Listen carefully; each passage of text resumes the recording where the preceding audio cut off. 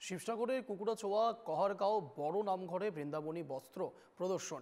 শ্রী শ্রী কাংসাপাড় বরঠাই সত্রের সৌজন্যে আয়োজিত চতুর্থ বার্ষিক পালনাম উপলক্ষে কহারগাঁও বড় নামঘরে বৃন্দাবনী বস্ত্র প্রদর্শন করা হয়।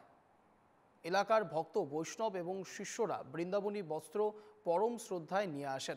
উল্লেখ্য, অসম কৃষি বিশ্ববিদ্যালয়ের অবসরপ্রাপ্ত অধ্যাপক তথা বিশিষ্ট শিল্পী ডক্টর রঞ্জিত কুমার বড়ুয়া তৈরি করেছেন এই বিশেষ বস্ত্র। এটি মূল বৃন্দাবনী বস্ত্রের আদলে তৈরি।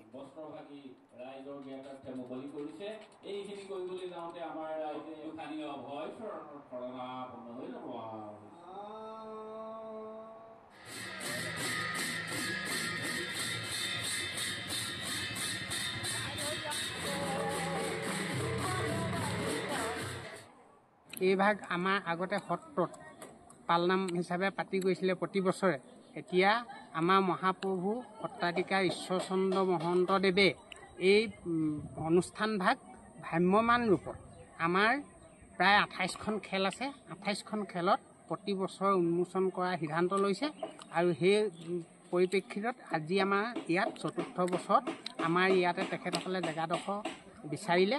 আমি জেগাডোখৰ দিয়াৰ উপৰি ভকতপ্ৰাণ নিমন্ত্ৰণ কৰি আমি তেওঁলোকক যিমান দূৰ পাৰোঁ সেৱা শুশ্ৰূষা কৰিম বুলি আমি প্ৰতিশ্ৰুতিবদ্ধ হৈ এই অনুষ্ঠানভাগি আজি অনুষ্ঠিত কৰিছোঁ।